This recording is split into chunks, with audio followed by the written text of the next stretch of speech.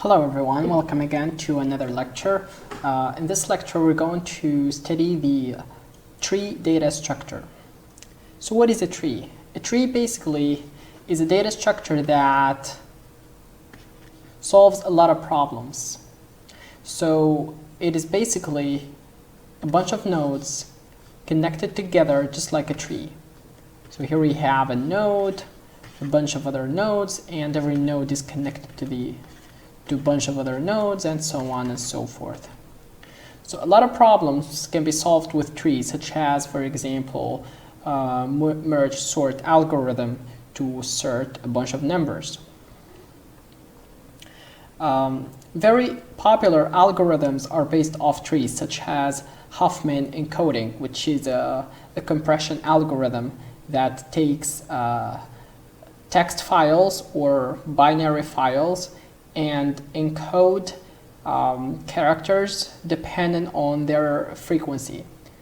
So the length of the codes of every character is reversely proportional to its frequency, to how many times it occurred in the text.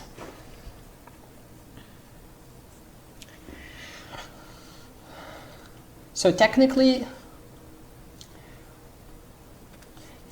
every node in the tree, in a binary tree, can have three properties. Okay, so we have here three properties. The first property is called the left child, and then we have the value or the key, and then we have the right child.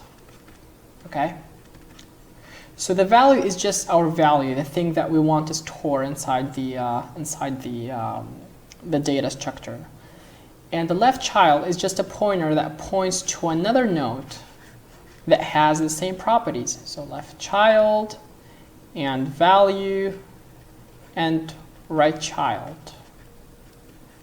Okay? And the same thing for the right child, just a pointer that points to another node. Now, tree is very, very general. For that reason, like if you use a modern programming language, or even the old programming languages such as C++ or Pascal, or any language that comes with pre-built libraries, you don't find a tree data structure, okay? Because it's very general. There is no specific way to implement a tree. So in this example, we're gonna implement a tree from the top down, which means that whenever we want to add an element to the tree, we just start by the root and then fill its children, and then fill their children, and then fill their children, and so on and so forth. So this is a tree in general. Now, what is a binary tree? A binary search tree is a tree where the value of the children of some node, the left child has less value than its parent, and the right child has a bigger value than its parent. So here's an example. So let's say we have this tree here. We have the value 8, and it has left child 2, and then 9, and then the 2 has left child 1, right child 3, the 9 has left child 8.5, and then 10. So this is a binary search tree because the parent, that 8 there, is always bigger than all of its left subtree. The parent is less than his child and less than all of the children of that child. Okay? I'm sorry, the parent is bigger than the child and all the children of the left child. And the same thing for the right children. So the parent is always less than his right child, okay?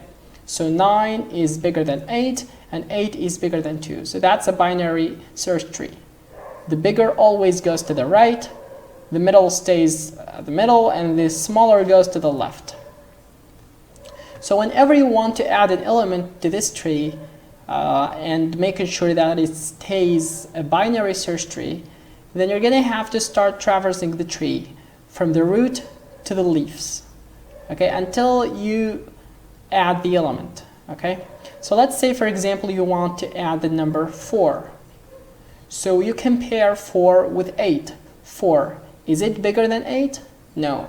Is it less than 8? Yes. So 4 must be added to the left subtree. So we're going to add 4 to this subtree. Then we ask the question again, 4, is it less than 2? No. Is it bigger than 2? Yes. So 4 will be added to the right subtree of that root, okay? So 4 will be added here. And the same thing here.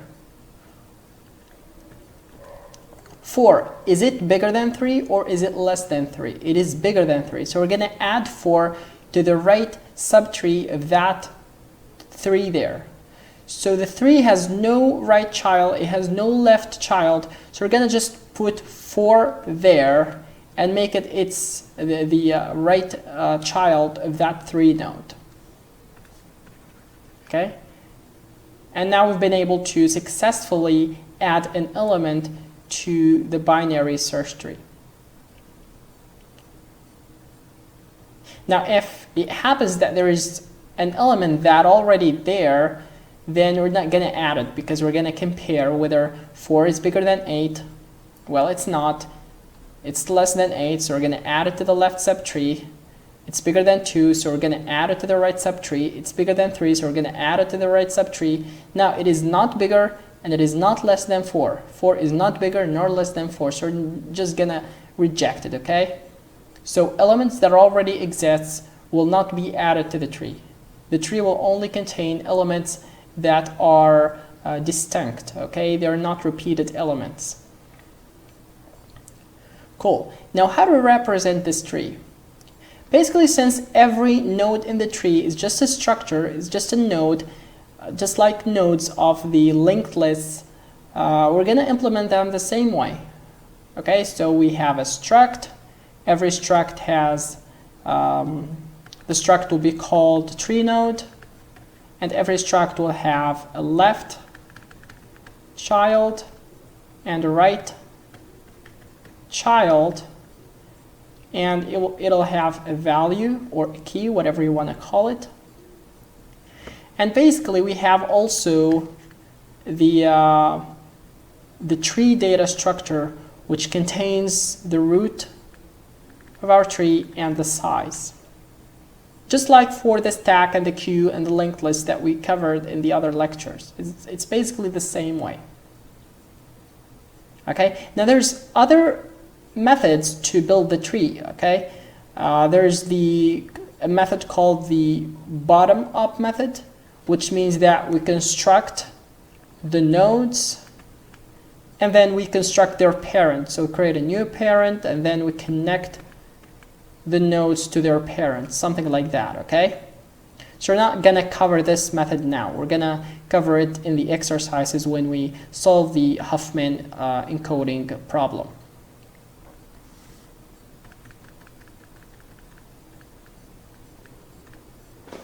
Cool. So let's implement this idea in code. So here I have created a new project called Binary Trees 1. And basically, I'm going to start implementing the structure. So we say that we have a struct data structure called tree node, and every tree node has a value,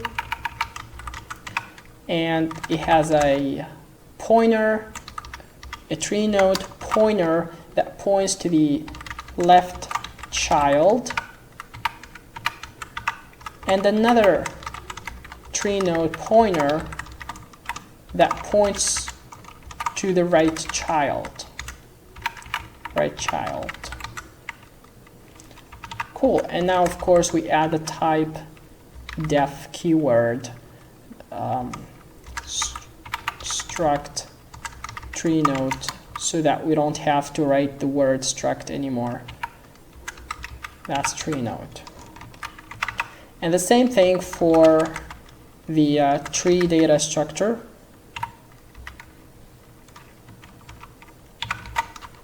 So it has a size as well as a root. So that's tree node pointer that points to the root node of the tree. And a type def.